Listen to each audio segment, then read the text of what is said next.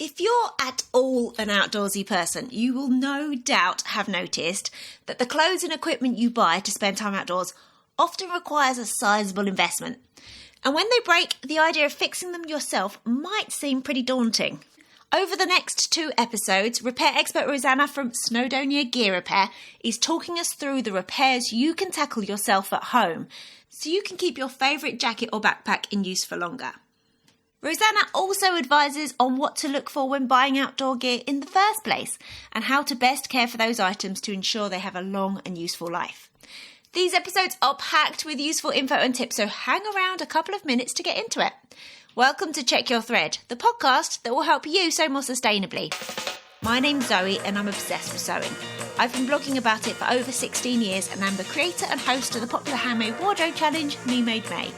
But like many people, I've become increasingly concerned about the climate crisis, and I'm looking at the way that my lifestyle contributes to it. So in this podcast, I'll be nerding out about making clothes whilst exploring how to minimise the negative impact that it may have.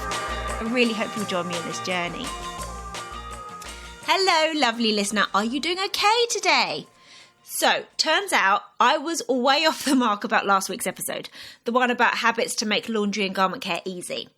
I thought most people would find the topic dull. How wrong I was. I've received a load of comments and engagement proving otherwise. Some people are super passionate about this topic, it seems, and lots of you had great additional tips to share. So much so that I'm going to be making a community episode on the topic in the future. So if you feel you have something to contribute to the topic, make sure you're either signed up to the Check Your Thread newsletter, which you can do so by going to checkyourthread.com and scrolling to the bottom of the homepage, or signing up to the Check Your Thread Patreon. That's where I'll post about submissions for that episode in due course. But there's one great tip that I received that I wanted to share straight away. It's from an awesome Check Your Thread patron named Katie. Katie says, "Good episode as usual, Zoe. This is not a strong suit of mine. Money saving tip, garment bag sewing is not completely necessary. I just pop an old t-shirt over suits or fancy clothes that don't see a lot of action and might get dusty. Works great." So, as you know, we're all about reducing the cost of sewing if possible. So if making your own garment bags doesn't float your boat, I love Katie's tip on how to avoid that project and that cost altogether by using something you might already have. So thank you, Katie. On the topic of awesome patrons, I want to say a huge thanks to Rebecca, Ree and Anne for signing up to support the podcast via Patreon this week.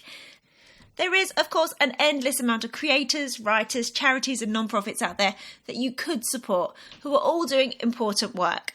That fact is not lost on me, so I am incredibly grateful to all the Check Your Thread patrons for supporting what I'm trying to do with this podcast. And not only do the patrons support the podcast financially, sometimes they help shape the episodes themselves, like with today's episode. As you'll hear me confess to Rosanna early on, I am not an outdoorsy person. So I turned to the amazing Check Your Thread Patreon community for questions to ask Rosanna. And my goodness, they came up with gold.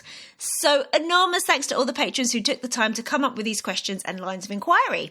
The value of these episodes has been increased about 1,000% thanks to their involvement. If you're participating in the Winter of Care and Repair challenge at the moment, I hope that these 2 episodes offer up some practical advice to help you care or repair for some items that otherwise you might have overlooked. So what else do you need to know before listening? Not much other than, although it'll be very clear very quickly, Rosanna is the kindest and most generous person. She clearly very much believes in community and she doesn't gatekeep her hard-won knowledge in the slightest. She leans on other repair experts for advice and is so open to sharing what she knows with the rest of the world in turn. So make sure you check out their website.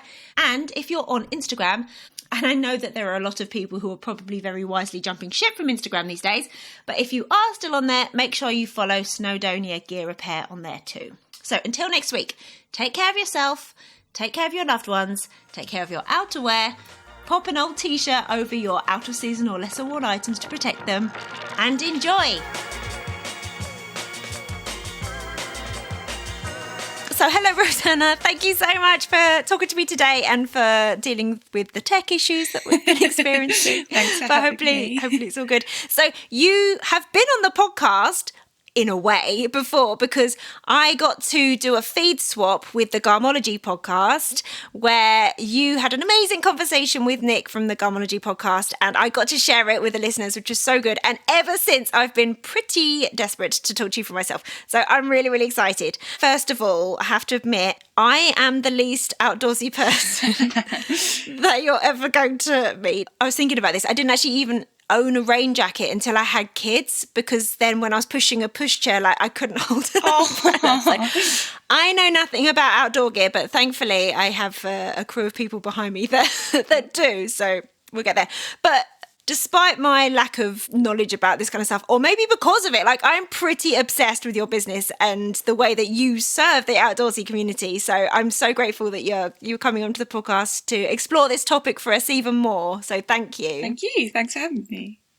I saw on Instagram recently that you have opened up a new arm of your business, which I'm super excited to hear about. But first of all, let's kick things off in the usual way. Can you please tell us who you are, where you are, and what fills your days? So my name is Rosanna Watson. I'm based in North Wales, and I run a repair and now second-hand shop as well called Snowdonia Gear Repair. We repair mainly outdoor clothes, but I mean, everybody's got some form of jacket. And we also end up doing jeans and handbags and things occasionally too.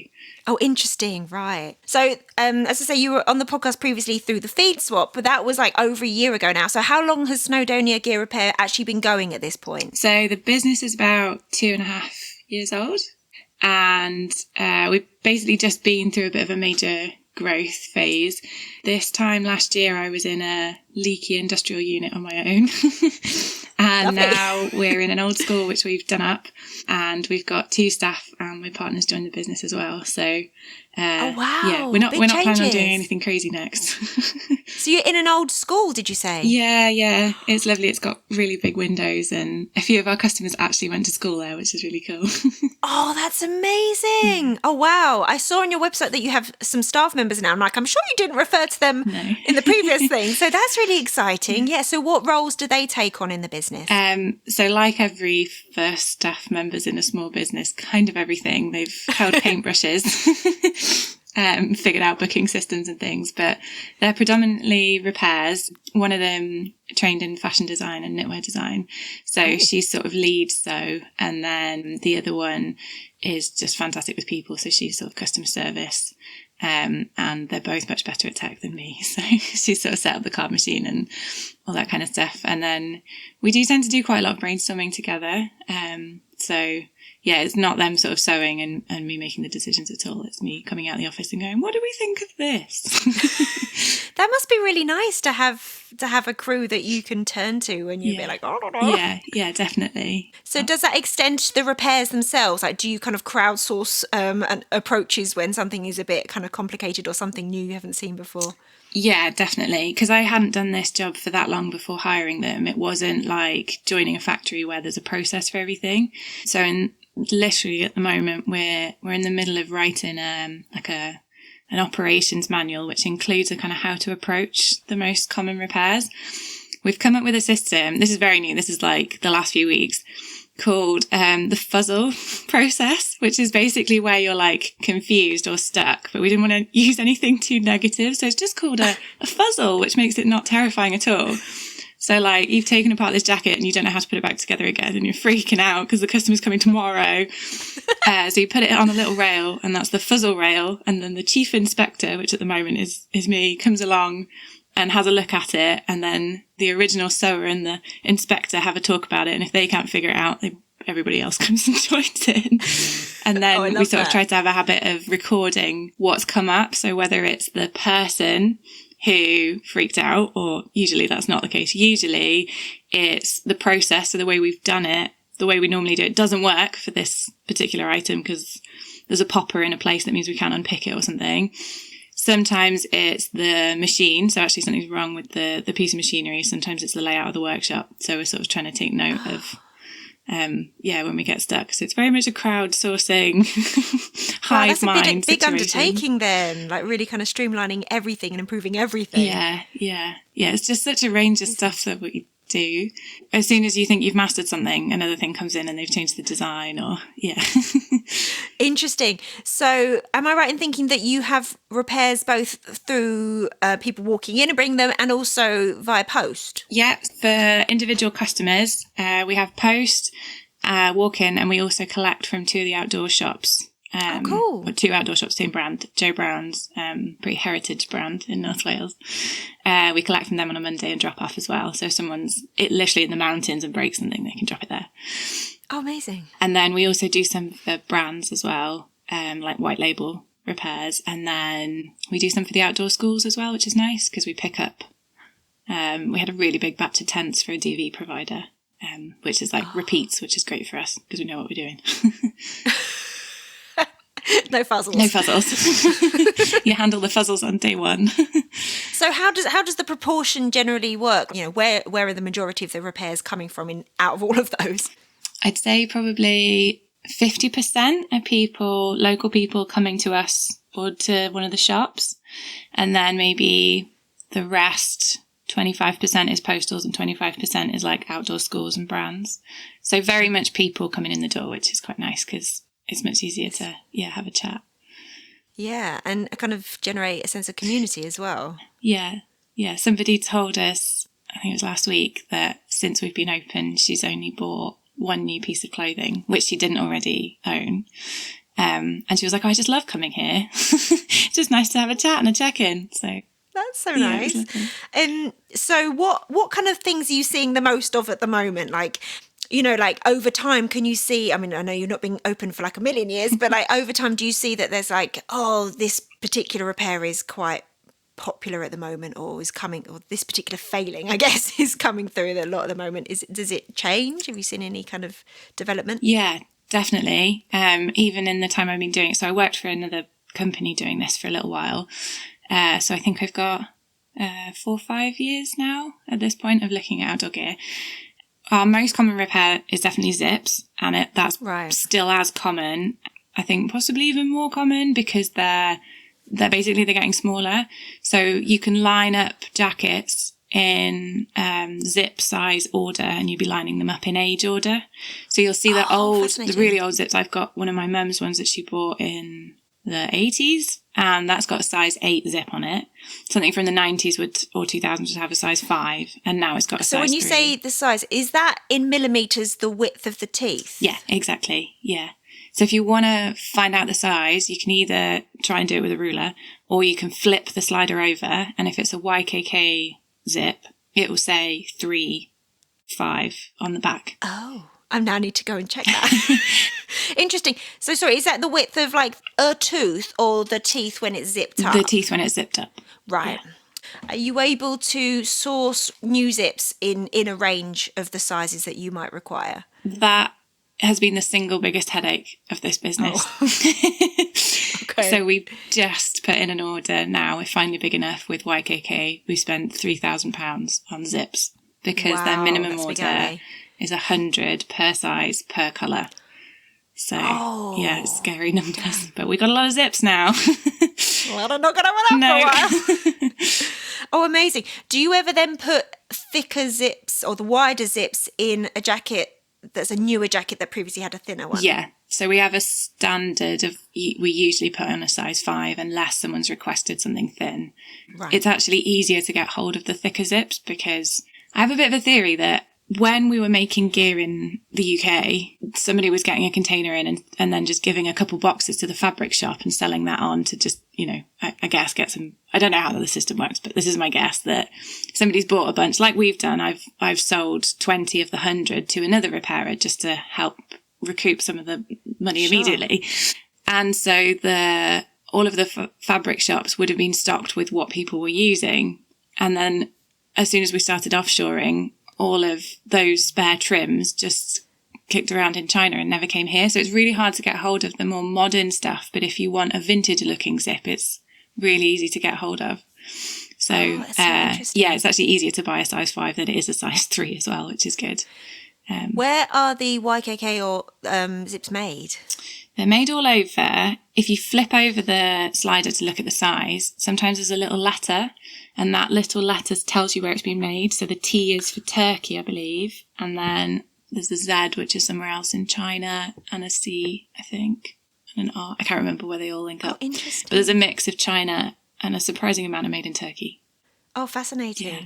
So, okay, so it's the morning, you got in, you got your coffee, you're at your workbench, something's been brought to you. What kind of thing is it makes you feel like, yes? And what kind of thing makes you go, oh, and wince a bit? We really love patches now, sewn patches. Oh, really? Yeah. Kerry, in your patching era. the one who studied fashion design, is a whiz at sewn patches. So if it's a standard sewn patch in an easy to access place, we just do them so often that they've become easy now. Slider replacements are dead easy. The worst ones are where it requires a lot of unpicking and you've got to do the whole thing in order, put it back together in order. Wow. And it's the skinny like what, for ones. example? What would require a lot of unpicking? Backpacks especially, or pocket zips. Oh, okay. So if you're doing zips, say, the earlier in the process of making it, I'm getting the words wrong.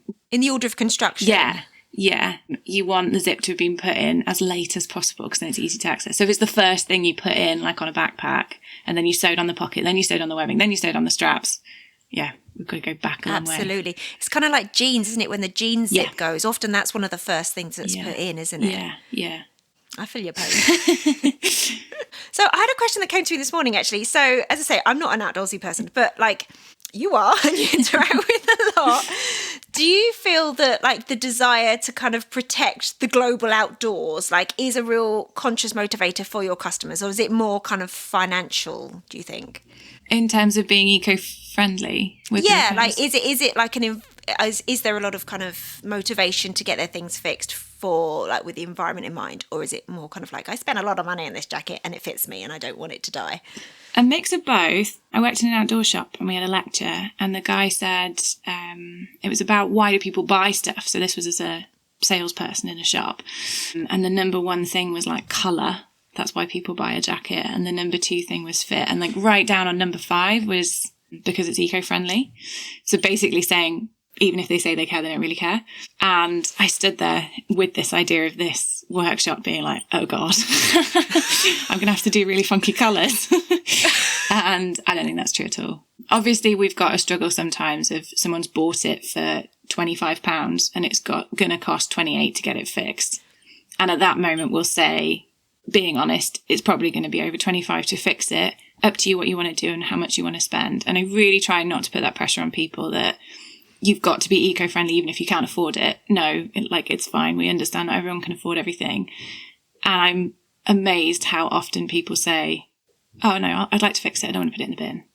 Oh, so, that's really heartening. There's also, I think, a different question of it's not just how much it costs, it's how much it's worth to the person. I think you've obviously got that sentimental element. So this has been to Nepal with me. This was my granddad's. You know, it's worth more than what I paid for it and what a new one would be. You've also got the fact it's old, which sometimes can mean it's of a higher quality and therefore sort of worth more, if you think of it in terms of how many wears you're going to get out of it. And then I think there is an element of it's easier, which I really hadn't anticipated that people keep saying to us, it's so much easier to get it repaired. I come in here after dropping the kids off from school and I just drop off a jacket. You know who I am. I don't have to write anything down. And then you just send me an email when it's done next week and I pick it back up again. I don't have to go online, figure out what's on sale, figure out what size. Oh, they've changed the cut. It doesn't fit anymore. I'm going to have to send it back. Should I buy it? Shouldn't I buy it? You know you like this one.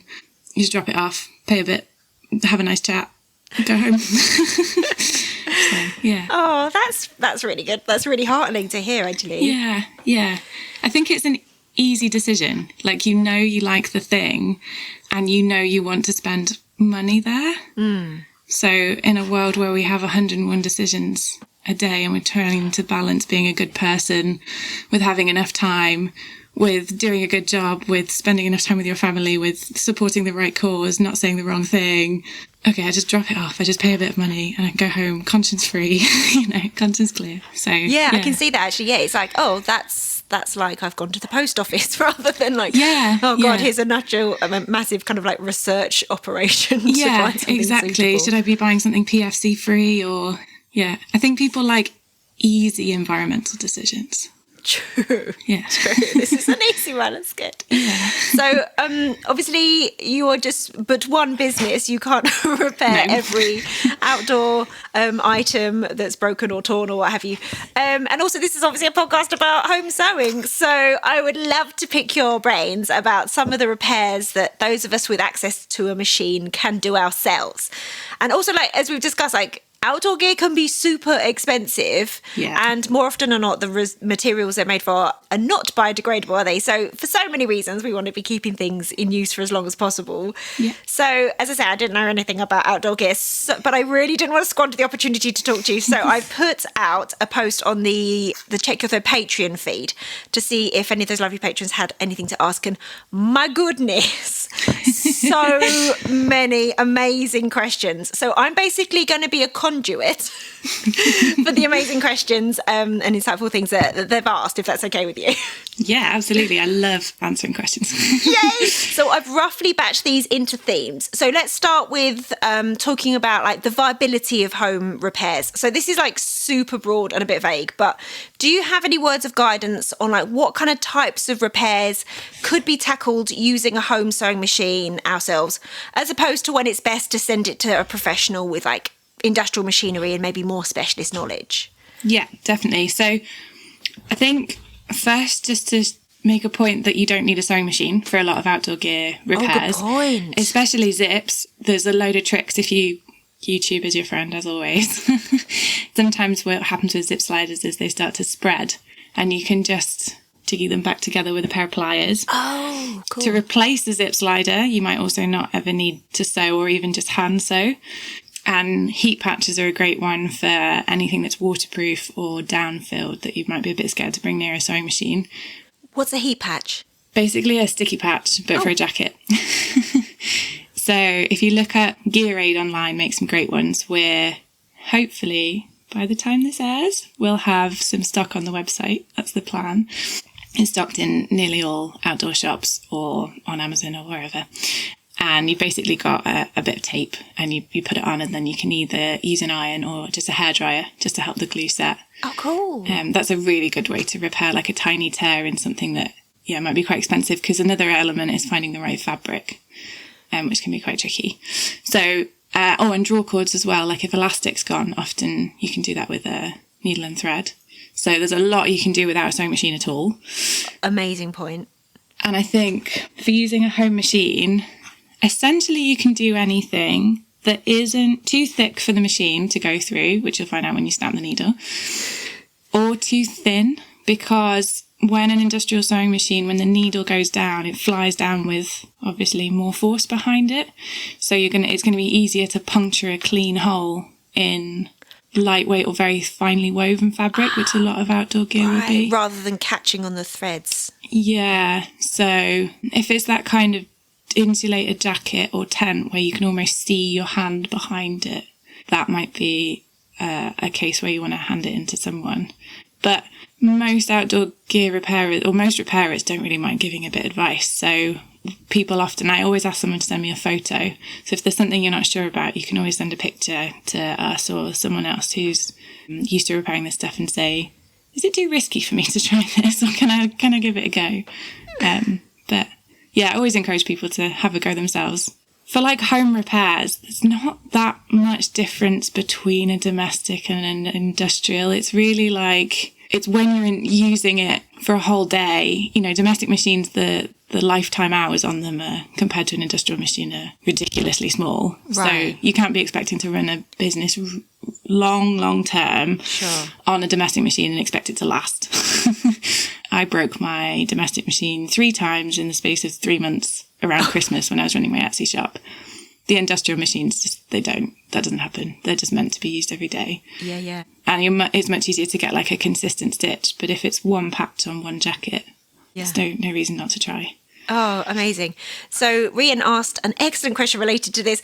Are there any tools or supplies that are worth acquiring that might not typically be in a quilter or garment sewist's kit? Oh, that's a good question. Isn't it? Tweezers. Tweezers with like a really rounded bit at the top, and I use that to push the fabric through, and I've seen loads of other people do that on Instagram. A scalpel. I use a medical grade scalpel to unpick. Oh. And I use a clamp.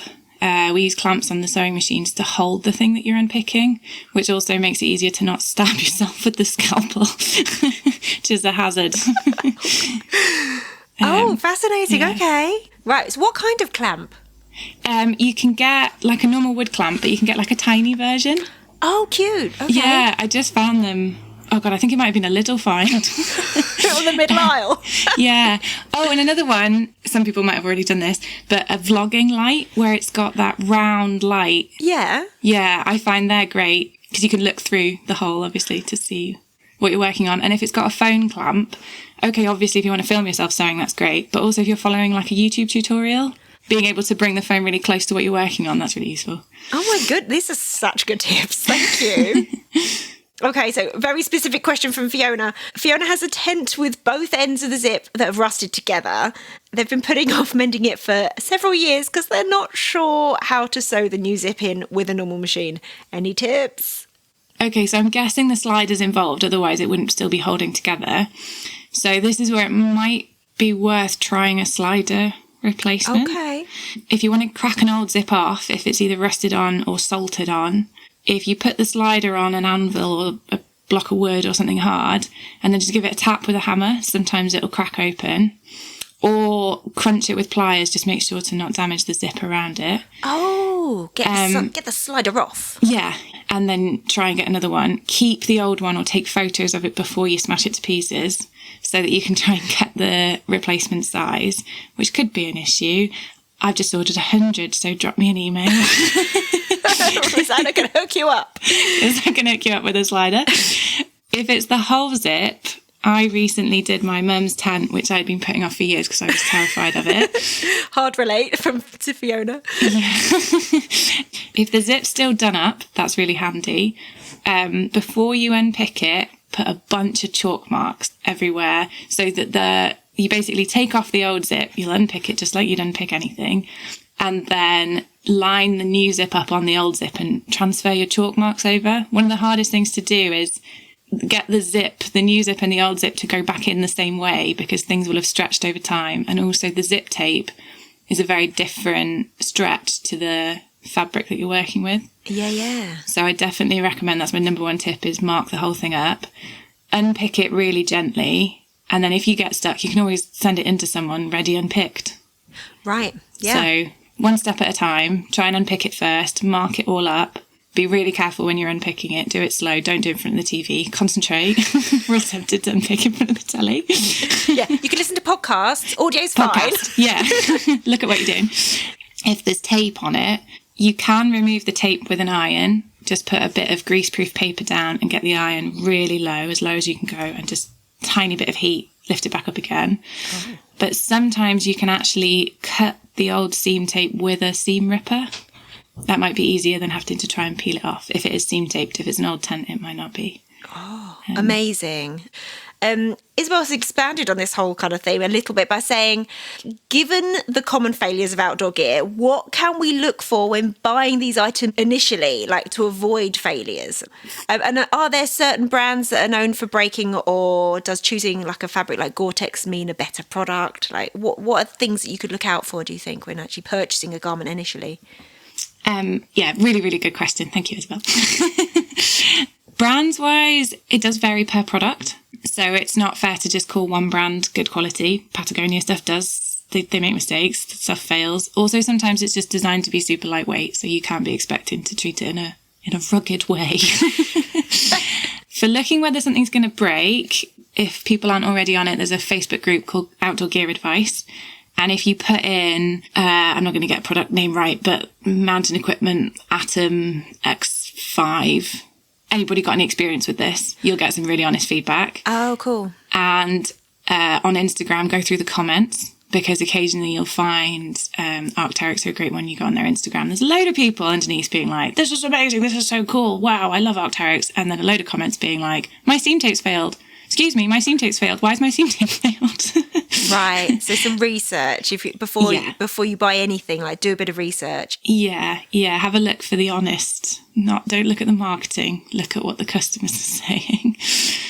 Well, 60% of what we do is zips. So zips are going to be, 1, a common failure, but 2, a bit life-threatening to the item. You can suffer a toggle that's missing, or like the elastic's pulled out of my rab jacket, but it doesn't matter, it still works. But if the zip goes, it's not very useful. So number 1 is zips. Aim for something big. There's also a type of zip called a reverse coil, which is basically, they invented it when they wanted to waterproof things. Yeah. So they flipped the zip over. So normally where you'd see the bumpy coil, it's now on the back, which looks neat. However, it's not how it was designed. So the slider will wear out quicker. Oh, interesting. So we use Vislon, which is the type of zip that looks like little Lego blocks. Oh, okay, yeah. We find they last better. The way they break is usually you lose a tooth or two, but you can usually still zip it up even if you're missing a tooth. Oh, that's good. Yeah, whereas the coil one, the actual slider will wear out or the bottom pin will wear out. Double-ended zips also tend to wear out quicker. So unless you really need one, because it's a long jacket or like a belay jacket when you're climbing, sometimes you need to unzip it from the bottom. If you don't need a two-way zip, don't get one. They have at least half the lifetime. Oh, this is very useful information. And when that bottom pin wears out, you have to replace the whole zip, so it's much more of a faff. Right. The other one I'd say to look out for is if the zips or anything else is glued together. If you look inside, often the bottom of pockets or the whole pocket will be just glued to the inside of the jacket. You put that jacket in the tumble dryer, the glue gets too hot, you've lost your pockets. Right. So stitch over glue, or it can be both, but yeah, stitching, and anywhere that's top stitched is a really good sign of quality as well. If you look at the jacket and there's no stitching to be seen anywhere, look at it more closely, because it's a bit of an Emperor's New Clothes situation that we're walking around in things that are glued together when we haven't quite got the technology quite nailed yet for glue durability. That's so interesting that it's almost we're trying to, well, not we, some designers are, or some brands are almost kind of making garments that look like they haven't been made in a way. Yeah. But that doesn't work. Yeah. Well, it's using a machine over a person. It's much quicker to stamp something in glued than to pay someone to sew in a circle around the zip or, a rectangle. Yeah. I've got some questions related to that in a bit. But since we've just dropped the G word, the Gore-Tex word. Yeah. Gore-Tex was featured in many people's questions. So, for example, Lois mentioned that there are some environmental issues surrounding Gore-Tex and a lot of greenwashing to be found. So could you tell us, what Gore-Tex actually is, why it might be problematic and how you feel about it? Oh, this is a technical question that I did not go to school for. Well, you know so much more than me, so... Just to reiterate, I'm a home sewer that liked their hobby so much I made it my job, so I did not go to fashion school, so... No. Well, I did, and I don't know about Gore-Tex. Gore-Tex is it's a really interesting invention. There's a new book out, actually, called British Outdoor Clothing, I think, 1950 to, I can't remember. Anyway, it's a phenomenal book and there's a whole chapter on Gore-Tex. I was going to say, you must be like, I need that book now. Yeah, so interesting. It's literally just come out. Yeah, I'll put it in the show notes. Brilliant. It's cool. Yeah, so Gore-Tex is a really interesting invention. I think it came from Teflon, the technology.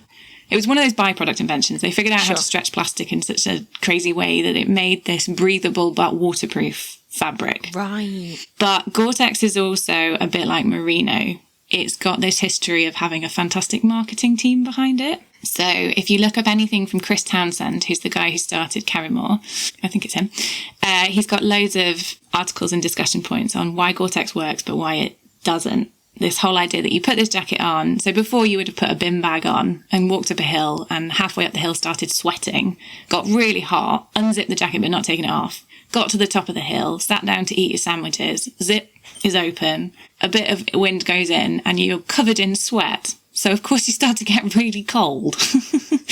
So that's the danger of a waterproof, non-breathable jacket. So Gore-Tex is supposed to fix that. It's got some issues in that the pores clog up on the Gore-Tex. So you need to wash it fairly regularly. But when you wash it, you risk damaging the jacket. Plus, your washing machine is filled with washing powder that can damage the coating on the outside. Oh. So Gore-Tex is to do with, I think, the fabric being breathable and woven in such a way that it lets water out but not in. But then there's also the coating on the outside, and that's the nasty stuff. And that coating washes off and goes into the river. And I think the number one thing it upsets is frog skin. But anyway, a bunch of stuff. It's not nice stuff. It's not nice to produce. But it's a really interesting environmental question and cropping up more and more. And I think over the next 5 years, we'll really start to see it's going to become a hot topic. Basically, this coating stops the fabric wearing out and stops grease getting into it. We have decided that the coating is toxic, so we're going to remove it. So the new stuff that's coming out now that says BPF, all the different chemical acronyms, free. Anyway, the nasty stuff, we've taken it off, but that means the jacket's going to wear out quicker. Oh. It's kind of the same with like plastic packaging on food. If you vacuum pack something, it like doubles its shelf life. Yeah. So we don't like the plastic, but if we take the plastic away, how much is that composting food? How much of a carbon footprint is that going to leave? Yeah. Plus, we've got to transport twice as much food more regularly. So it's that balance of what is not environmentally better, but what's environmentally worse. Right. And I know people who are keeping or buying 2s and 3s of jackets now because they're scared of these new, more eco-friendly coatings. Oh. I can see a world where we actually end up going all the way back to wax canvas. Oh, really? Well, beeswax is environmentally safe. Yeah. And canvas can be 100% cotton. So you've got a jacket that's 100% biodegradable. Is that breathable? Not as breathable, but it can be. It depends how much wax you put on it, basically. So as usual, you're balancing breathability and waterproofness. Yeah. Or we might see a fantastic new invention that is like Gore-Tex. Just another crazy thing we've never seen before. I wouldn't be surprised if that comes in as well. Interesting. Loads of patrons had questions about waterproof fabrics, including laminated fabrics. So Yona, for example, asks, what fabrics can be relaminated? Is relamination a service that you offer through your business? I think what they're asking is basically laminate fabrics. So Gore-Tex is a brand name, but laminate fabrics is... Yeah, you can buy things that look like Gore-Tex, so Gore-Tex but they're not. is a laminated fabric. Yeah. Gore-Tex is like Hoover. It's a brand name. I think what they're asking is that basically the layers start to come apart from each other and you get all these little bubbles on the top. Right, yes, I've seen those, yes. Yeah, it's delaminating. I don't have a solution for that. That's usually end of days for the jacket. As a waterproof jacket, the seam tape might be coming off at the same time. And you might sort of get a scraggly octopus on the inside. My recommendation there is to trim off the seam tape and use it as a windproof jacket and just accept it's no longer waterproof. Okay. It can happen because it's been put in the tumble dryer. It's had washing powder it shouldn't have. So you need a technical cleaner, which is... If you look up Gore-Tex wash, you'll probably get Nick Wax or Granger's. So you always want to use a tech wash, and then you want to clean out your washing machine drawer. And if you're being really thorough, put it on a rinse cycle. The normal washing powder, I think it's the enzymes in it, I might be wrong, destroys the magic coating. Okay. But yeah, unfortunately, as far as I know, not salvageable. Right. Okay. So maybe, that's a windproof. That's no longer waterproof. Yeah. Or make your dog a jacket. Yeah, well, that. Awesome. So you've just given some advice about washing waterproof garments. Like, is there any tips for storing them? Oh, yeah, definitely not rolled up. If they're creased for a long time. So you'll find if things don't fit people, you've probably seen this on trousers. If kids have trousers that are too long and they're creased in the same place around the ankle over and over again, the crease is what wears out. You get a tear there. So I sometimes get it with my body's clearly bigger than my arms. So I often get creases around my wrists and that's what wears out. Right, okay. So yeah, storing it hung up or aired, make sure it's dry, make sure it's clean before it goes away for if it's a seasonal garment. 2 ways to tell if it needs a wash is if you put water on it, it should bead. And if it doesn't bead off, that's the proofing that's worn down, which can be worn down just by abrasion. You can either wash it or you can get spray on. It's called reproofing. And also if it's discolouring, if you turn it inside out, and you'll see around often the neck or the wrist or the underarms is going a slightly different colour to, say, the middle of the back. And that's basically grease. Right. And you need to wash that. Okay, so the grease can be slightly corrosive almost. Yeah. Also, like, Louise is fed up with the inside of garments and bags when they delaminate and flake away. You must have seen that a ton of times. How would you approach that? My own bag is like that right now. Yeah, the delamination dandruff. Again, not something you can repair. You can't put that coating back on again. Yeah. I turn it inside out, scrape it out with like an old credit card, and then you can just reline it with some fresh fabric and just forget about what's happening on the inside. Really? So you just cover it, basically? Yeah. It's the actual fabric itself that is the problem, and you can't take it back to the textile mill and get it recovered, unfortunately. But you could put, a lining on it or just scrape it off. That is the waterproofness, though. So it will be becoming less waterproof now. Sure. What about, like, seams that have been sealed? Is that something you come across a lot? Is that super annoying? Yeah. We do it all the time. So we do seam sealing. Ah, interesting. You can buy seam seal tape. You need two main types. There's a grey one that you'll need for anything that's Gore-Tex looking. Right. That's on like a jacket. And you can buy that and you can apply it with a home iron. Just use that greaseproof paper method, because especially if you've removed the old tape, it'll be all gluey everywhere. Right, yeah, you don't want that in your iron. No. We clean our iron probably every 3 days. Oh. So to remove the old stuff, you can use a hairdryer and scrape it off with a credit card. If it's getting super sticky, you might just want to put the new stuff on top. Just be aware that the reason the old one failed might cause the new one to fail as well. So there might have been an issue there. Like what, for example? I'd wash it first. It might not have been washed. Okay. So it might be grease or something else that's got in and damaged it. Or you might have used the wrong washing powder and that's now in there. If it's just coming up, like there's a sort of bump that's up, it's like a bit wavy, but the tape isn't fully removed, you can iron that back down again. Just super, super low on the iron. Cannot emphasise the greaseproof paper enough. Basically what happens, you put the iron down, the iron gets covered in glue, and you put the iron somewhere else on the garment and the glue travels with you. Yeah. Garment sewers know that very well if we've ever used fusible interfacing. Yeah. Thanks so much for listening. I really hope you enjoyed this episode and are left feeling inspired. For more info about the podcast, including show notes for this and every episode, head to checkyourthread.com.